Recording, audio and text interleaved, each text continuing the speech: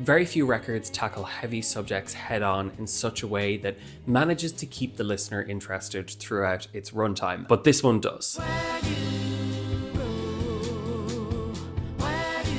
Weirdo is the second full-length album from jazz-adjacent singer, multi-instrumentalist and producer Emma-Jean Thackray. And if you're going by its title, as well as the first couple of tracks, you will very quickly be led down a wayward path as to the subject of this record. You might think it's about mental health struggles and neurodiversity, and you would be right. That's exactly the album that Thackray set out to put together. But the sudden and tragic passing of her partner in 2023 meant a sea change in her life, one that is documented in granular detail throughout Weirdo. I've seen this record be described as a grief diary, and it certainly feels like that, with tracks discussing not just the vast, all-consuming depression that she finds herself in, but also things as banal and as silly as the depression meals she makes herself day in and day out. It is a bold, honest, and frankly plain-spoken artistic statement, one that does very little to veneer the darkness of the lyrics. Tracks like Stay and Let Me Sleep effortlessly capture the despondency, bargaining, and circular thoughts that come with this type of grief. But it's not all gloomy. Aside from the light humor that is built into the nature of singing songs about tofu and fried rice,